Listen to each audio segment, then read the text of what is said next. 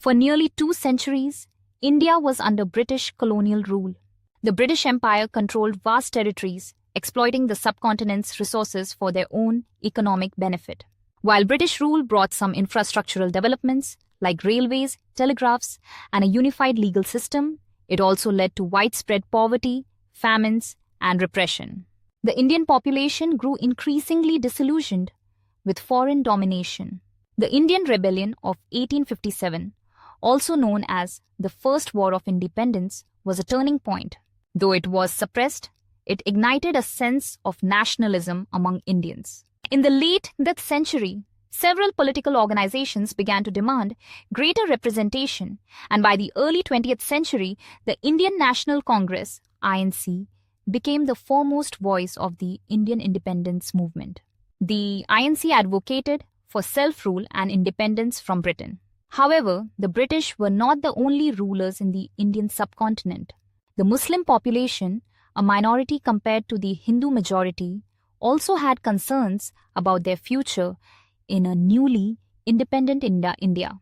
Muslims were historically underrepresented in many parts of India, and as the country became more politically active, Muslim leaders began to fear that the independence movement would lead to a domination of Hindu interests in a unified India.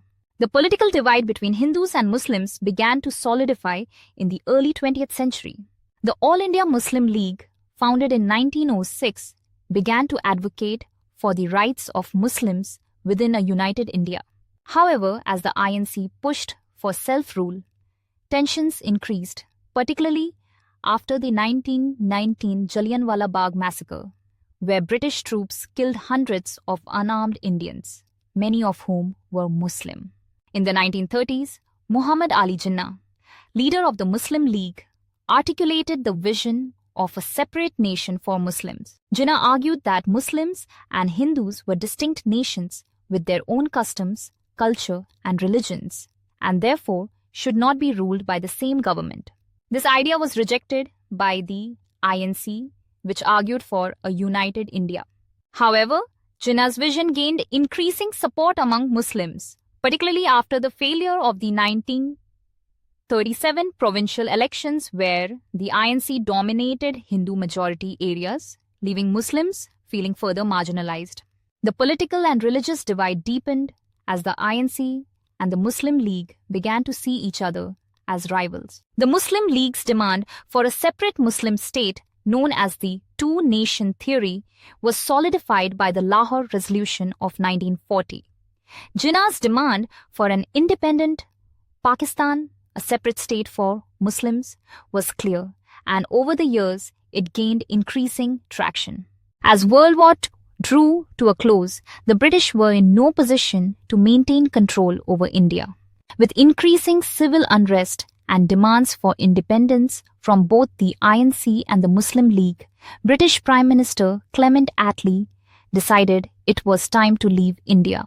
The British attempted to mediate between the two groups, but the deep divisions between the INC and Muslim League were insurmountable. A series of negotiations between the leaders, including the Cabinet Mission of 1946, failed to reach a consensus. The INC and the Muslim League could not agree on the future political structure of India. In 1947, British authorities, under the leadership of Lord Louis Mountbatten, the last Viceroy of India, announced their decision to partition India into two separate countries, India and Pakistan. The partition plan was hastily drawn up and had little consideration for the deeply entrenched religious and cultural boundaries between communities. It was to be based on religious lines. Pakistan was to be a homeland for Muslims, while India was to remain a secular state, though the majority Hindu population would dominate. The provinces of Punjab and Bengal, which had significant Muslim and Hindu populations, were divided between the two nations. This division left millions of people on the wrong side of the new borders. On August 14, 1947, Pakistan became an independent nation, followed by India's independence the next day, August 15, 1947. The joy of independence quickly turned to horror as millions of people began to move across the newly drawn borders. The mass migration of Hindus and Muslims was marked by unimaginable violence. In Punjab and Bengal, where the partition lines cut through the heart of communities, people were forced to leave their homes and travel to the new country designated for their religion. Muslims in India fled to Pakistan, and Hindus and Sikhs in Pakistan moved to India. The violence was brutal. Tens of thousands of people were killed in riots, massacres, and religious clashes.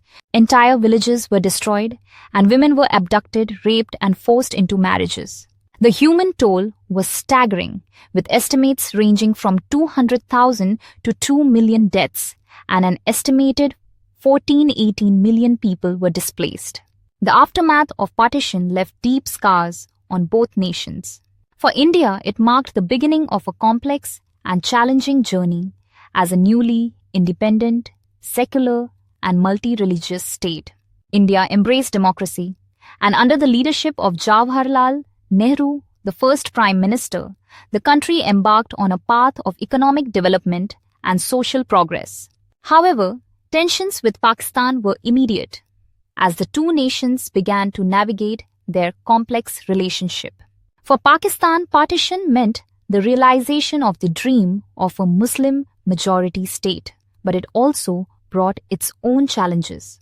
The new country faced issues of national identity, especially as East Pakistan, modern-day Bangladesh, began to feel alienated from the western part of the country.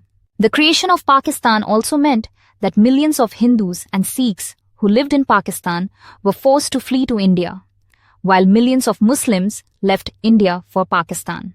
The legacy of partition has haunted India-Pakistan relations ever since.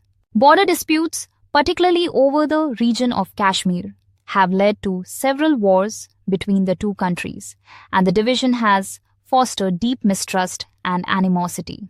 Even today, the wounds of partition continue to shape the politics and societies of both nations. The partition of India in 1947 was a momentous event that changed the course of history in the subcontinent.